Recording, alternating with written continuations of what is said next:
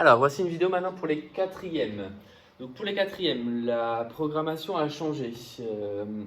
J'ai toujours pas l'intention de faire le chapitre sur les statistiques maintenant. J'attendrai certainement votre retour si c'est dans pas trop longtemps. Sinon, on verra comment communiquer ensemble parce que le cours de statistique est vraiment basé sur vos données comme je vous l'ai déjà dit. Donc, cela signifie que nous zappons le chapitre 14 sur les stats et que nous passons directement au chapitre 15 sur les puissances. Pour les puissances, nous allons donc commencer par une activité de découverte de cette notion.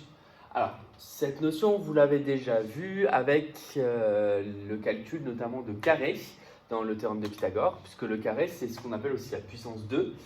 Et pour certains, les années précédentes, dans le calcul de cube, quand vous deviez calculer le volume justement d'un cube. Donc ça, c'est vraiment deux cas particuliers de puissance que l'on va redécouvrir au travers de la notion générale. Donc première chose, donc vous allez devoir vous munir d'une calculatrice et à l'aide de cette calculatrice, effectuer certains calculs. Mais c'est vraiment en tout cas le principe de base et les propriétés qui vont nous intéresser. Donc problème d'approche.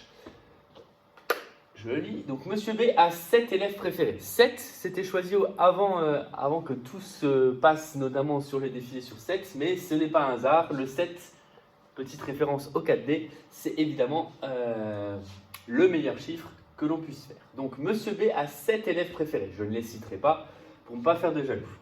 Ces 7 élèves ont chacun 7 poches, dans lesquelles se trouvent 7 enveloppes. Dans chaque enveloppe se trouvent 7 euros destinés à Monsieur B, pour être un excellent professeur.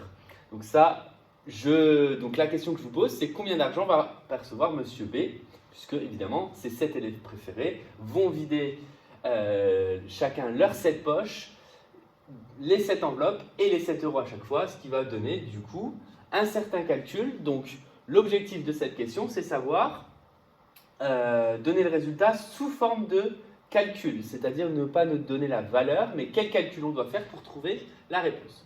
Donc on peut schématiser ça par, au final, une sorte d'arbre ou de branche. On a dans un premier temps 7 élèves. Chaque élève va avoir 7 poches, ce qui signifie qu'au total, on a 7 fois 7 poches. Puisque un élève possède 7 poches, 2 élèves en tout, ça fera 14, 3, ça fera 21, donc 7 élèves, ça fera 7 fois 7, c'est-à-dire 49 poches. Ensuite, dans chacune de ces poches, on y met 7 enveloppes. Donc, on va de nouveau remultiplier par 7 pour savoir le nombre d'enveloppes. Ce qui signifie qu'il y aura 7 fois 7 fois 7 enveloppes. Et dans chaque enveloppe, il y a 7 euros. Donc, de nouveau, on remultiplie par 7 euros pour savoir le montant total. Donc, combien d'argent va recevoir Monsieur B? Il va recevoir 7 fois 7 fois 7 fois 7 égale. Et donc là, on prend sa calculatrice et ça donne donc 2401 euros. Évidemment, si vous voulez jouer à ce jeu, je peux faire une liste de 7 élèves où 7 élèves volontaires peuvent devenir mes élèves préférés. Et dans ce cas, pour le devenir, il faudra que chaque élève ait 7 enveloppes dans sa poche avec dans chaque enveloppe 7 euros. Il n'y a pas de souci, vous pouvez le faire et me remettre tout l'argent à la rentrée. Et s'il y en a plus que 7, je prends aussi. Donc tout ça pour dire, pour revenir un peu plus sérieux, que le calcul 7 fois 7 fois 7 fois 7 va pouvoir se noter différemment. Et c'est justement ça qu'on va appeler la notation de puissance. Pour ça, on va donner un deuxième exemple. On veut calculer 5 fois 5 fois 5 fois 5 fois 5 fois 5. La question qu'on se pose, c'est combien y a-t-il de facteurs dans ce produit? Alors je rappelle, petite question de vocabulaire, les facteurs ce ne sont pas ceux qui amènent le courrier, même si juste avant on a parlé d'enveloppe. Ce sont en maths les nombres que l'on multiplie. Donc ça veut dire qu'ici, le nombre 5 est multiplié par lui-même. Et donc du coup, combien de fois est-il multiplié par lui-même? Cela revient à reformuler la phrase « Combien y a-t-il de facteurs dans ce produit ?» Il y a donc 6 fois le facteur 5. Donc, il y a 6 facteurs 5 dans ce produit. Et bien cette notation, vu qu'elle est longue, on a décidé de l'abréger et de la noter avec ce qu'on va appeler un exposant. On décide donc de noter ce produit 5 exposant 6 ou 5 puissance 6, puisque le facteur 5 apparaît 6 fois. Ce qui signifie que si on reprend notre exemple précédent, donc l'exemple des enveloppes, ce qu'on a calculé pour savoir le nombre d'euros qu'il y avait au total, c'était 7 fois 7 fois 7 fois 7. C'est donc le facteur 7 qui se multiplie par lui-même 4 fois. Donc ça se note aussi 7 exposant 4. Donc ça va bien être important de comprendre cette notation. Ça ne signifie pas que l'on fait 7 fois 4, mais bien que l'on multiplie le nombre 7 par lui-même 4 fois. Donc pour 5 puissance 6, je multiplie le nombre 5 par lui-même 6 fois. Donc le facteur 5 apparaît 6 fois dans la multiplication.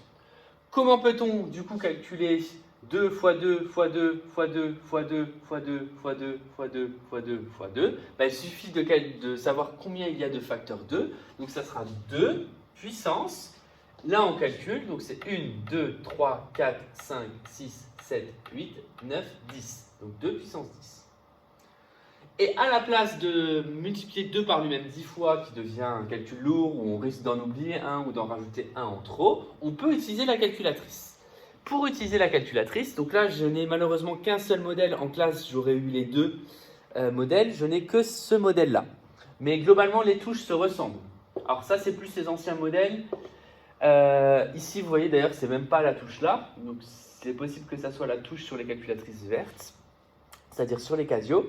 Donc c'est la touche X avec un carré ou X puissance N. C'est-à-dire que pour taper 2 puissance 10 à la calculatrice, nous allons donc appuyer sur la touche 2. Ensuite sur la touche qui correspond à la puissance, donc soit celle-ci, soit celle-ci, soit celle-ci. Et vous voyez que le curseur se place, alors je ne sais pas si ça se voit sur la caméra, mais le curseur se place au-dessus du 2. J'y tape le 10 et donc ça veut dire que j'ai réussi sur la calculatrice à afficher ce calcul. En appuyant sur égal ou sur entrée, ça va me donner le résultat et le résultat c'est 1024. Donc, pour certains calculs, on va être obligé de passer par la calculatrice parce que les nombres vont commencer à être grands. Vous voyez que déjà 2 et 10 qui sont des petits nombres, ça donne déjà 1024 en termes de résultats. 7 et 4 qui sont des petits nombres, ça donne des résultats qui sont très grands. Donc là, clairement, les puissances ont une capacité à monter très très vite, très très haut. Donc moi, quand je vous demanderai de calculer mentalement, ça sera forcément des petits nombres que l'on va devoir calculer. Donc justement, en application, ce que vous allez devoir faire, c'est calculer 3 puissance 4, 2 puissance 5, moins 2 puissance 3, moins 1 puissance 84, 6 puissance 1, 10 puissance 3, 10 puissance 6. Ce que je vous conseille de faire, c'est vous mettez pause, surtout si vous n'aviez pas compris le début de l'activité. Et ensuite, une fois que vous avez mis pause, vous essayez et vous reprendrez en mettant la lecture, puisque là, je vais corriger. Moi, ce que j'attends avant juste de corriger, c'est que vous marquiez le calcul qu'il faut faire et ensuite la réponse. Donc, par exemple, et là, attention, je vais corriger, 3 puissance 4. Je dois donc calculer le nombre 3 multiplié par lui-même 4 fois, ce qui signifie 3 fois 3 fois 3 fois 3, ce qui signifie obtenir 81. Ça, j'estime que vous êtes capable de le faire de tête. Comment je l'ai fait moi de tête? Alors, soit on le fait 3 fois 3, ça fait 9, fois 3, 27, fois 3, 81. Ou alors on peut regrouper, vu que ce ne sont que des multiplications. 3 fois 3, 9, je le fais 2 fois, ça fait 9 fois 9, et 9 fois 9, ça fait 81. 2 puissance 5, de la même façon. Donc 2 puissance 5, c'est donc 2 multiplié par lui-même 5 fois. Donc c'est 2 fois 2 qui fait 4, fois 2 qui fait 8, fois 2 qui fait 16, fois 2 qui fait 32. Et donc ça donne 32. On peut y rajouter des moins, donc c'est le cas avec moins 2 puissance 3. Donc attention, quand on y rajoute des moins, on verra dans le cours qu'il y a une particularité, notamment en termes de règle des signes, qui s'applique avec les puissances. Donc moins 2 puissance 3, c'est donc le nombre moins 2, puisqu'il est entre parenthèses, et ça j'insiste bien sur le rôle de la parenthèse, que je multiplie par lui-même, donc c'est bien moins 2 que je multiplie par lui-même 3 fois. Ça veut dire qu'il y a 3 signes moins, donc le résultat est négatif par la règle des signes, puisque le nombre de signes moins est impair. Et donc 2 fois 2 fois 2, ça fait 8, donc ça va donner moins 8. Moins 1 puissance 84.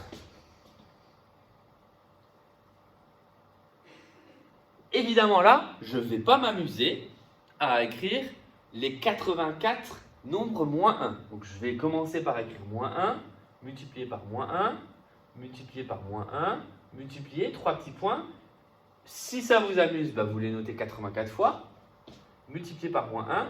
Et ce que je vais faire au-dessus, je vais dire qu'il y en a 84. Donc 84 fois. Et pourtant, je vous demande quand même de faire ce calcul mentalement. Parce qu'au final, il y a deux choses. Première chose, la règle des signes. Il y a donc, je ne les ai pas tous écrits, mais je vous aurais posé la question, combien de signes moins dans ce calcul? La réponse, vu qu'on répète le nombre moins 1 84 fois, il y a donc 84 fois le signe moins. 84 étant pair, le résultat est positif. Et maintenant, je n'ai pas choisi n'importe quel nombre, j'ai choisi 1. Parce que qu'est-ce qui se passe quand on multiplie par 1 par un nombre? 1 par 2, ça va donner 2. 1 par 3, ça va donner 3. Et si je multiplie 1 par lui-même, autant de fois que je veux, ça donnera toujours 1, ce qui signifie que ce résultat donnera plus 1. Donc j'aurais même pu, si vous voulez, vous mettre moins 1 puissance 2008. Ensuite, 6 puissance 1. La puissance 1, c'est comme la puissance 0, c'est des cas particuliers qu'on verra dans le cours, mais donc du coup la première fois dans l'activité. Si je reprends la définition, ce qui a été écrit au-dessus, ça veut dire que le facteur 6 apparaît une fois. Donc le facteur 6, il apparaît une fois, il est tout seul, donc 6 puissance 1, ça vaut juste 6. Et enfin, deux choses pour finir, les puissances de 10. Donc les puissances de 10 qui ont un rôle très particulier, notamment en physique, et vous le verrez certainement cette année, en tout cas vous le reverrez l'an prochain, sur les ordres de grandeur, puisque quand on fait des calculs en physique, on fait des calculs approchés, évidemment. Par exemple, quand on va calculer la distance du rayon de la Terre ou la distance Terre-Lune, on ne peut pas être sûr même au kilomètre près. Donc du coup, on va donner des ordres de grandeur, d'accord? Que ça fasse 1 million de kilomètres ou 1 million 1 km, ça ne changera pas grand-chose en termes d'ordre de grandeur. Donc les puissances de 10 vont être là justement pour nous apporter cet ordre de grandeur. Donc elles ont un rôle vraiment très important en sciences. Que ça soit en physique pour les grandes distances ou même des fois les petites. Et en SVT, pareil, quand vous allez mesurer au microscope, vous allez utiliser des très petits nombres, et notamment des des nanomètres, des choses comme ça. Et donc c'est encore une fois en ordre de grandeur que l'on va se référer. Et c'est ce qu'on appellera l'écriture scientifique. C'est tout l'objectif du chapitre des puissances qu'on verra donc à la fin. Bref, tout ça pour dire que 10 puissance 3, on peut le calculer relativement facilement. Disons que c'est 10 fois 10 fois 10. Mais donc, je me rappelle de ce qui est vu en 6e, multiplié par 10, ça revient à augmenter l'ordre de grandeur d'une unité. C'est-à-dire que si je passe des dizaines, si j'ai des dizaines, je vais passer aux centaines. Si j'ai des centaines, je vais passer aux milliers. Si j'ai des milliers, je vais passer aux dizaines de milliers, etc. Donc c'est-à-dire que cela revient, et c'est un raccourci qu'on donne, à décaler la virgule vers la droite. Alors là, il n'y a pas de virgule. Donc, quand il n'y a pas de virgule, ça revient à rajouter des zéros. C'est ce que vous retenez malheureusement trop souvent. Tout ça pour dire que 10 fois 10 fois 10, j'espère que tout le monde est capable de me dire que ça fait 1000. Et là, il y a un lien entre 10 puissance 3 et 1000. Ce lien, il est ici. La puissance indique justement l'ordre de grandeur, c'est-à-dire le nombre de zéros. Donc 10 puissance 3, c'est un 1 et 3 zéros. De la même façon, 10 puissance 6, ça va être 10 fois 10 fois 10 fois 10 fois 10 fois 10.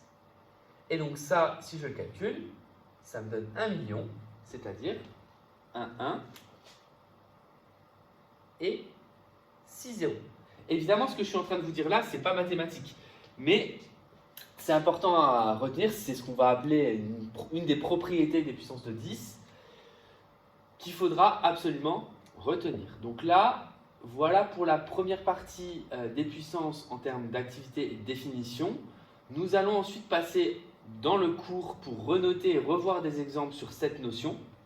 Une fois que ça sera vu, vous avez vu juste en dessous, il y a des propriétés sur les puissances. Les propriétés sur les puissances, ça sera la deuxième partie de l'activité qu'on verra un petit peu plus tard.